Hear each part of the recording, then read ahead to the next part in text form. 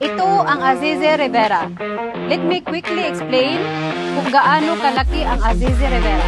Isa sa pinakamalaking communities dito sa Midan na mayroong 70 to 75 buildings in total and 16,000 residential units. Nahinati siya into main 4 phases.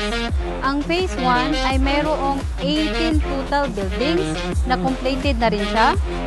At ang phase 2 na mayroong 17 total buildings at completed na rin. Ang phase 3 ay mayroong 13 total buildings at completed na rin siya.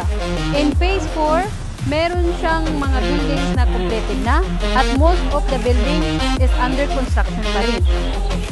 Across of all these buildings, meron ka ring option for studio, 1 bedroom, and 2 bedroom, up to 3 bedroom units. Most of them have similar design, very practical, kaya okay siya for both living and for investment. So overall, Azize Rivera is a massive community and lot of options depending sa budget and goal mo.